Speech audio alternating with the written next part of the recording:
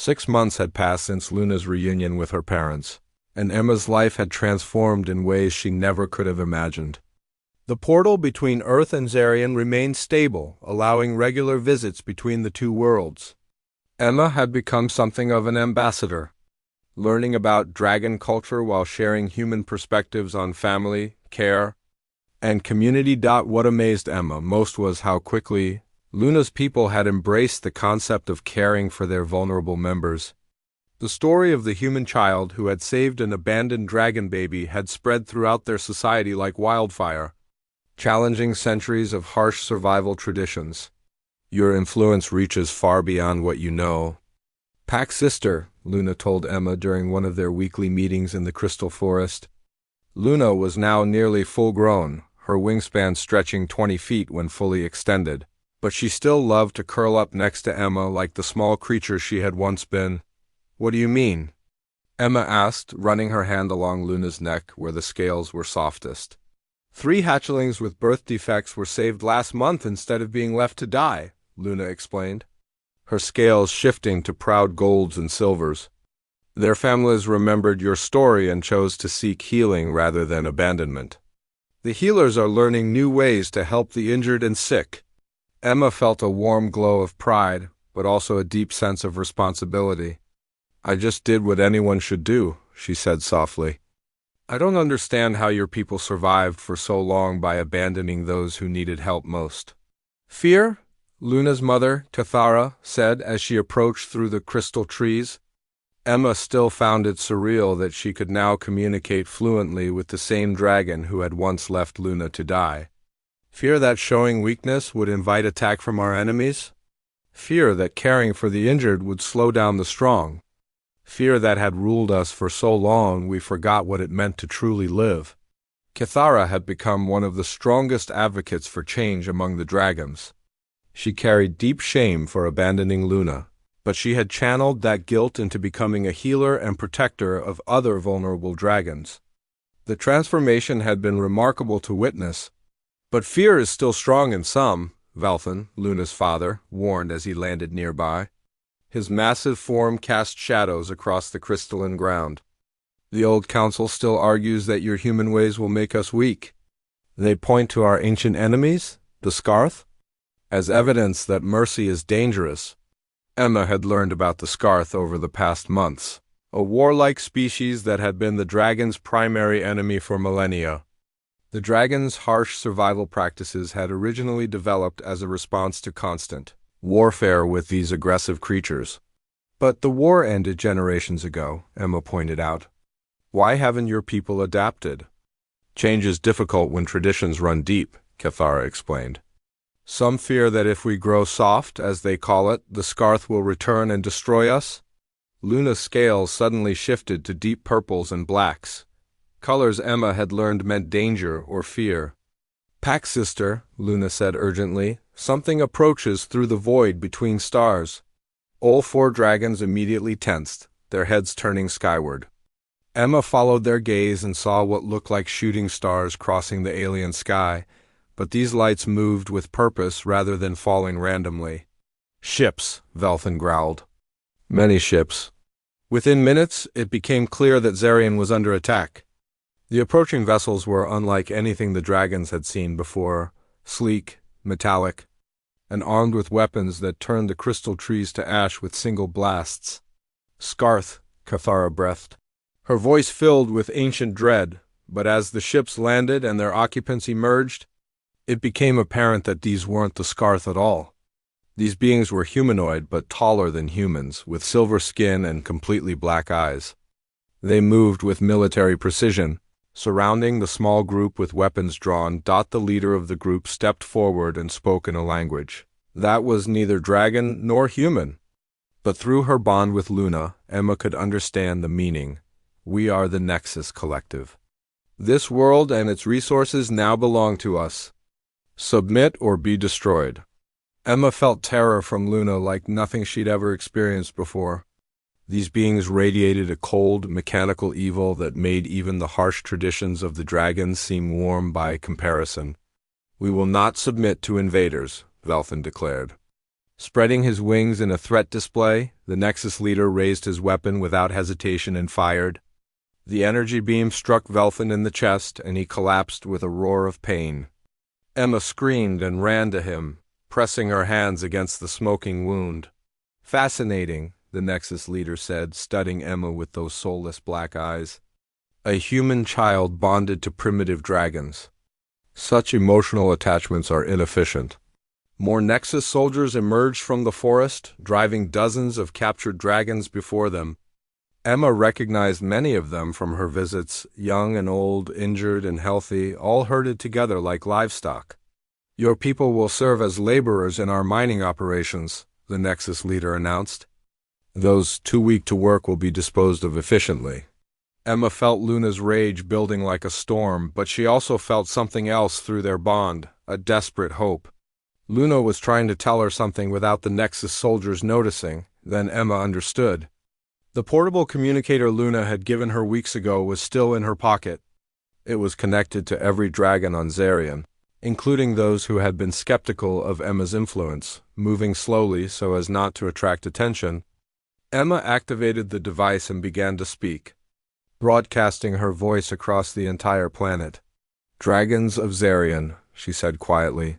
"My name is Emma Rodriguez, and I'm speaking to you from the Crystal Forest where your people are being captured by invaders. These beings, the Nexus Collective, want to enslave your entire species. They see you as nothing more than tools to be used and thrown away." The Nexus leader noticed her speaking and moved to stop her. But Cathara suddenly roared and breathed a stream of superheated plasma, forcing him to take cover. Emma continued speaking as chaos erupted around her. "I know many of you think human ideas about caring for the weak will make you vulnerable. But right now, these invaders are counting on your old ways. They expect you to abandon the injured and save only yourselves.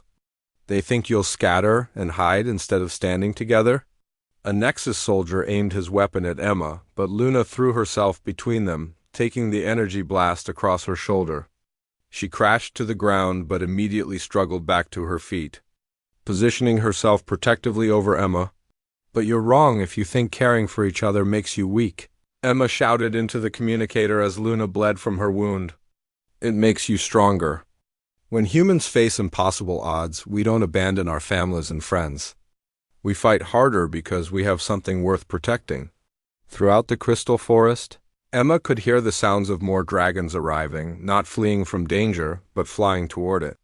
The Nexus soldiers began to look uncertain as dragon roars echoed from every direction. "Your people chose to save me when my own kind would have left me to die," Luna's voice joined Emma's broadcast, her mental voice carrying through the dragon communication network. "This human child showed us that strength comes not from abandoning the weak, but from protecting them. Now these invaders threaten all of us, young and old, strong and injured. Will we scatter like our ancestors, or will we stand together like a true family?" The response was immediate and overwhelming. Dragons began emerging from the Crystal Forest in numbers Emma had never seen before. But these weren't just the young and strong elderly dragons flew alongside newly hatched babies. Injured dragons supported each other in flight. And dragons who had been too sick to leave their homes were carried by their family members.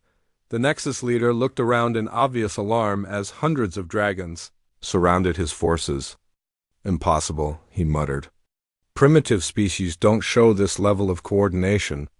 "We are not primitive," Cathara declared, her voice carrying across the battlefield. "We have simply learned from a wiser species than ourselves." What followed was the shortest invasion in galactic history. The Nexus Collective had based their battle plans on decades of observation, showing that dragon society was fragmented and individualistic. They had expected to face scattered resistance that could be easily defeated in small groups. Instead, they found themselves surrounded by a unified force that fought with both the fierce power of dragons and the tactical cooperation they had learned from their human friends. Injured dragons were immediately evacuated and protected, while healthy ones coordinated their attacks with precision. Most importantly, every dragon fought not just for their own survival, but for the protection of their entire community.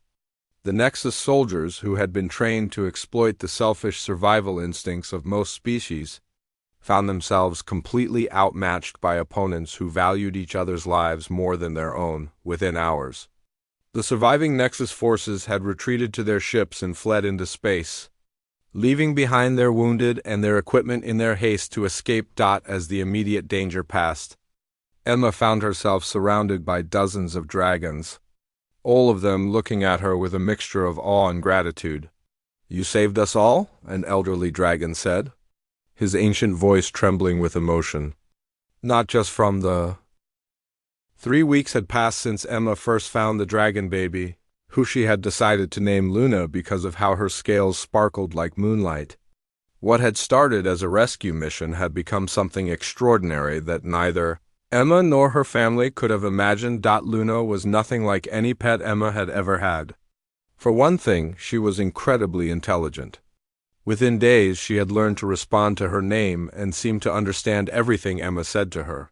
She could open doors by turning handles with her tiny claws, and she had figured out how to use the pet door Dr. Morrison had suggested installing, but it was Luna's emotional intelligence that truly amazed everyone. When Emma's parents had their worst fight yet about the divorce, Luna had somehow sensed Emma's distress from across the house. She had crawled up onto Emma's bed despite her still healing leg, and had curled around Emma's neck like a living, purring comfort blanket. "She knows when you're sad," Emma's mother Sarah observed one evening as she watched Luna gently nuzzle Emma's cheek after a particularly difficult day at school. "It's almost like she can feel what you're feeling." Emma nodded, stroking Luna's soft scales. "I think she can. Sometimes when I'm upset, she makes this humming sound that makes me feel better, and when I'm happy, her scales get brighter." Indeed. Luna's scales seemed to change color based on both her own emotions and Emma's. When they played together, Luna's scales sparkled with bright golds and silvers. When Emma was sad, Luna's scales took on softer, more soothing blues and purples. And when Emma was angry or frustrated, Luna's scales would show gentle greens. As if she was trying to calm her human friend, Dr. Morrison had been visiting weekly to check on Luna's progress, and each visit left him more puzzled and amazed. "Her bone structure is unlike anything in the fossil record," he told Sarah during one checkup. "And her brain activity, based on what I can observe, suggests cognitive abilities that rival those of dolphins or great apes. But perhaps the most remarkable thing about Luna was how quickly she was growing. In just 3 weeks, she had doubled in size and her broken leg had healed with remarkable speed. Dr. Morrison had expected the healing process to take months, but Luna's alien physiology seemed to repair itself at an accelerated rate. "At this rate," Dr. Morrison warned, "she's going to outgrow your house in a few months. You need to start thinking about long-term arrangements." This was the conversation Emma had been dreading. She couldn't bear the thought of giving up Luna, but she was also beginning to realize that Luna might not belong in a human home forever. The issue came to a head on a Saturday morning when Emma woke up to find Luna sitting by the back door, staring intently at the woods where Emma had first found the portal. Luna's scales were shimmering with colors Emma had never seen before, deep purples and silver that seemed to pulse with some inner light. "What is it, girl?" Emma asked. Following Luna's gaze, Luna made a sound Emma had never heard before, a complex series of musical notes that seemed almost like language. Then she looked at Emma with those golden eyes and walked deliberately toward the door. Understanding flooded through Emma like a cold wave. "You want to go back," she whispered. "You want to go to your world." Luna chirped once and nuzzled Emma's hand, but her intent was clear. She was growing stronger, more aware of what she was, and some instinct was calling her home. Emma felt tears welling up in her eyes, but she pushed them back. Luna needed her to be strong right now. "Okay," she said, her voice shaky. "Let's go see if the portal is still there." The walk through the woods felt different this time. Luna seemed to know exactly where they were going, leading the way with confidence, despite having only been through the forest once before. When they reached the spot between the 2 oak trees where the portal had appeared, Luna sat down and waited. For a moment, nothing happened. Emma began to hope that maybe the portal was gone forever, that Luna would have to stay with her.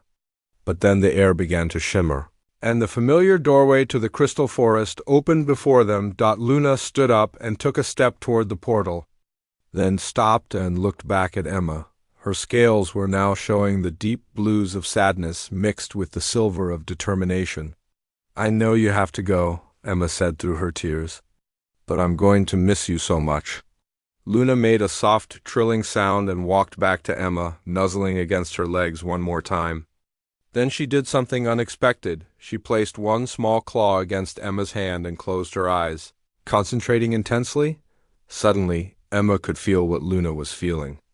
Gratitude so deep it was overwhelming. Love that was pure and unconditional.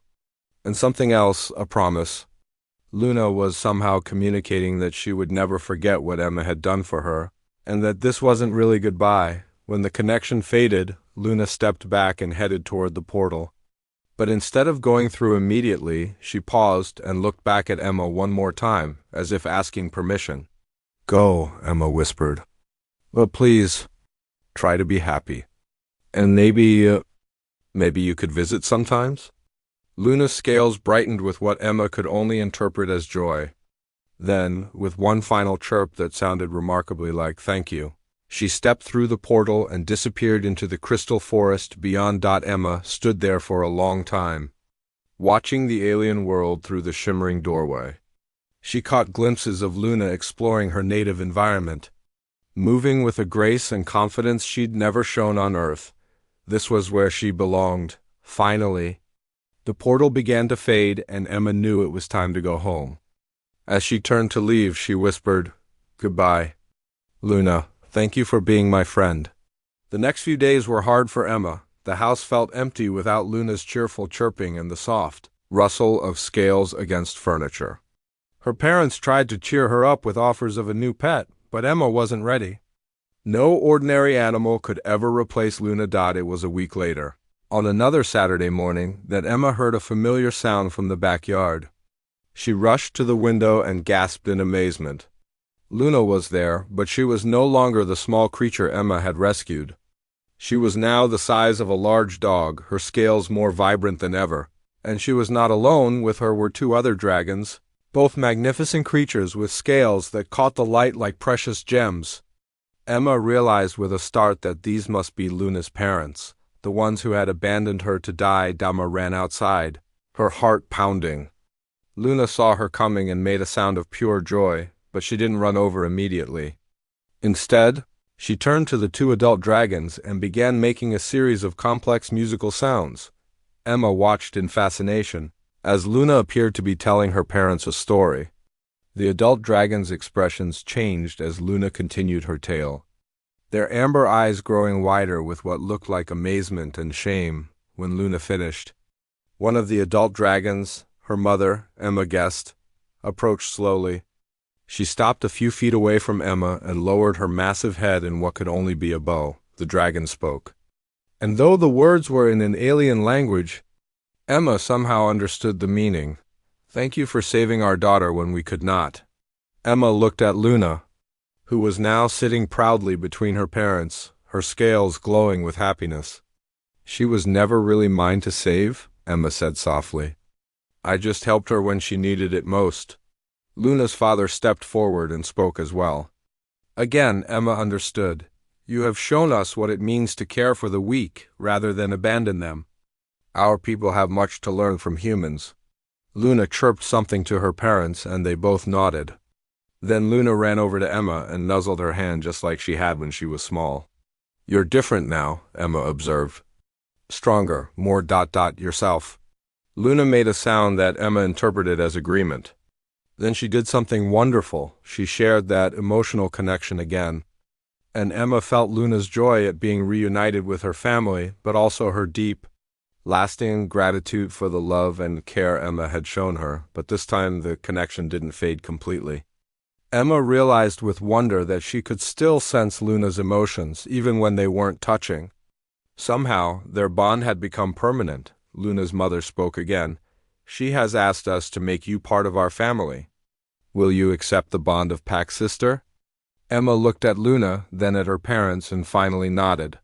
She didn't fully understand what it meant, but she could feel that it was important and special. Luna's father approached and gently touched Emma's forehead with one large claw.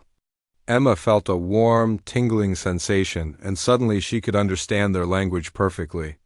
"Welcome to our family, little sister," Luna's mother said in her own voice. "You have shown us a better way to live." "What do you mean?" Emma asked, marveling at her ability to understand and speak their language. "We are returning to our people," Luna's father explained. "We will tell them the story of how a human child saved the one we abandoned. We will teach them that caring for the injured and weak makes us stronger, not weaker." Luna added her own voice to the conversation. "And I will visit you often, Pack Sister. The portal between our worlds will remain open for family." Emma felt tears of joy streaming down her face. She had lost Luna for a week, but now she had gained an entire alien family who understood the value of compassion. As the three dragons prepared to leave, Luna's mother turned back to Emma one more time. "Your species is young," she said, "but you have." The purple moons of Zarian cast strange shadows across the crystalline forest as Cathara looked down at her injured offspring with cold, calculating eyes. The small, dragon-like creature whimpered softly, its iridescent scales dulled with pain and exhaustion. Its left hind leg bent at an unnatural angle, clearly broken beyond what their primitive field medicine could repair. "The journey to the spawning grounds is still 3 solar cycles away," Cathara said to her mate, Velthan, her voice devoid of emotion. "We cannot carry dead weight. The others will not wait." Velthan's massive head nodded slowly, his amber eyes reflecting the same harsh pragmatism that had kept their species alive for millennia. "The weak do not survive the crossing. It has always been this way." The baby dragon, no larger than a human house cat, tried to crawl toward its parents with its 3 good legs. It made soft chirping sounds, seeking the warmth and protection it had known since hatching just 2 months ago. But Cathara stepped back, and Velthan turned away entirely. "Goodbye, little one," Cathara whispered, though whether it was said with sadness or mere formality was impossible to tell. "May the void take you swiftly." With that, both adult dragons spread their magnificent wings and launched themselves into the purple-tinted sky, leaving their injured child alone in the alien wilderness. The baby's cries echoed through the crystal trees. Growing weaker as exhaustion and despair set in, the small creature dragged itself beneath a cluster of luminescent fungi, seeking shelter from the cold night air. Its broken leg throbbed with each movement, and hunger gnawed at its tiny stomach. No one was coming back. It was alone in a world that had no place for the weak or damaged. Meanwhile, 50,000 light-years away on a small blue planet called Earth, 8-year-old Emma Rodriguez was having the worst day of her young life. Her parents had just told her they were getting divorced, and she'd run to her favorite hiding spot in the woods, behind their house, to cry in peace. Emma loved these woods more than anywhere else in the world. She knew every tree, every rock, every stream that bubbled through the undergrowth. It was here that she came to think, to dream, and to escape when the adult world became too complicated and scary. As she sat on her favorite fallen log, tears streaming down her face, a strange shimmer in the air caught her attention. The space between 2 oak trees seemed to ripple like water, and then suddenly there was a doorway where none had existed before. Emma rubbed her eyes, certain she was seeing things. But the doorway remained, glowing softly with an otherworldly light. Through it she could see a forest that definitely wasn't part of Earth. The trees looked like they were made of colored glass, and the sky was the wrong color entirely. Being 8 years old and naturally curious, Emma forgot about her tears and crept closer to the strange portal. Her grandmother had always told her stories about magic doors that led to other worlds, but she'd never believed them until now. "Hello?" she called softly through the opening. Her voice echoed strangely in the alien forest beyond. That's when she heard it, a sound so sad and helpless that it made her heart ache. It was crying, but not like any animal she'd ever heard before. It sounded lost and scared and hurt. Without thinking about the danger, Emma stepped through the portal, The alien world felt different under her feet.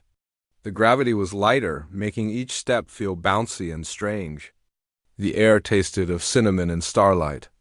But Emma barely noticed these wonders because there, huddled beneath some glowing mushrooms, was the most beautiful and pitiful creature she'd ever seen. It looked like a tiny dragon from her picture books, but its scales shifted color like an oil slick in sunlight. One of its back legs was clearly broken, twisted at an angle that made Emma wince in sympathy. The little creature's eyes were huge and golden, filled with pain and a sadness so deep it seemed ancient. "Oh, you poor baby," Emma whispered, kneeling down slowly so she wouldn't scare it. "What happened to you?" The dragon baby looked up at her with those enormous eyes and made a sound somewhere between a purr and a whimper. It tried to crawl toward her but collapsed with a cry of pain when it tried to use its broken leg. Emma had always been the kid who brought home stray cats, injured birds, and once memorably a very confused possum. Her mother always said she had too much heart for her own good. But this was different. This wasn't just a hurt animal. This was a magical creature that needed her help. "I'm not going to hurt you," she said softly, extending her hand palm up the way her dad had taught her to approach nervous animals. "I want to help." The baby dragon sniffed her hand cautiously, then nuzzled against her palm with surprising trust. Its scales felt warm and smooth, like river stones that had been sitting in sunlight. When it looked up at her again, Emma could swear she saw intelligence in those golden eyes, real understanding, not just animal instinct. "You're not just a dragon, are you?" she asked in wonder. "You're a person?" "A dragon person." The creature chirped softly and tried again to crawl closer, but the movement clearly caused it agony. Emma could see that if she didn't help soon, the little dragon would die from its injuries. "Okay, little guy," she said, though she wasn't entirely sure it was male. "We need to get you some help. But first, let me see if I can make you more comfortable." Emma had learned basic first aid in Girl Scouts, and though this definitely hadn't been covered in the manual, she figured the principles were the same. She gently examined the broken leg, trying not to cause more pain. The bone was definitely fractured, but it didn't look like it had broken through the skin. Using her shoelaces and a couple of straight sticks from the crystal forest floor, Emma carefully splinted the dragon's leg. The little creature whimpered during the process, but seemed to understand she was trying to help, because it held very still and even licked her hand once when she paused to check if she was hurting it. "There," she said when she finished. "That should keep it from moving around and getting worse. Now, let's get you out of here." Emma carefully lifted the dragon baby, surprised by how light it was despite being the size of a cat. The creature immediately curled against her chest, seeking warmth and comfort. She could feel its tiny heart beating rapidly against her ribs. As she stood to leave, Emma looked around the alien forest with new eyes. This beautiful, strange world had produced this amazing creature, but it had also allowed it to be abandoned and left to die. She didn't understand how anyone could leave something so small and helpless to suffer alone. "Don't worry," she whispered to the dragon as she carried it toward the portal. "I'll take care of you. I promise." The walk back through the portal felt like stepping between worlds, which she supposed it was. The familiar sights and sounds of Earth's forest seemed mundane after the crystal wonderland she'd just left, but they also felt safe and comfortable. The dragon baby looked around with wide, curious eyes as Emma carried it through the woods toward her house. It made soft trilling sounds that almost sounded like questions, as if it was asking about everything it saw. "Those are oak trees," Emma found herself explaining, feeling a little silly but somehow certain the dragon understood her. "And that's a squirrel. They're everywhere around here, but they're harmless. Oh, and that sound is a robin singing." By the time they reached the edge of her backyard, the dragon had fallen asleep against her chest, exhausted from pain and stress. Emma could feel its tiny body, relaxing as it finally felt safe for the first time since being abandoned. Now came the hard part, explaining to her parents why she was carrying what appeared to be some kind of exotic lizard with a splinted leg. Emma's mother was in the kitchen when she slipped through the back door.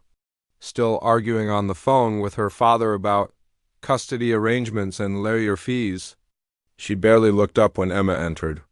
"Emma, honey, wash your hands and start your homework. I'll get dinner started as soon as I finish this call." "Mom," Emma said quietly, "I found something in the woods. Something that needs help." Her mother, Sarah Rodriguez, finally looked over and nearly dropped the phone. "Emma, what is that thing?" The dragon baby had woken up and was peering around with obvious curiosity.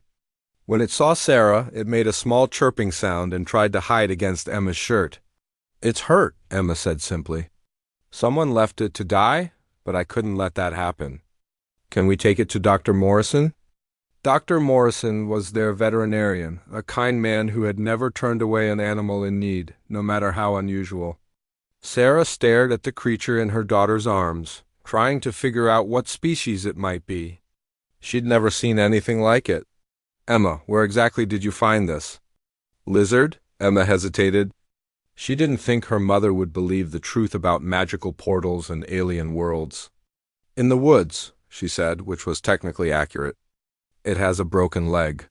The dragon baby seemed to sense they were talking about its injury and lifted its splinted leg slightly, making a pathetic whimpering sound that melted Sarah's heart despite her confusion. "All right," Sarah sighed, ending her phone call. "Let me call Dr. Morrison and see if he can see us tonight. But Emma, we're going to have a long talk about bringing home strange animals." As her mother made the call, Emma sat down carefully on the couch, still cradling the dragon baby.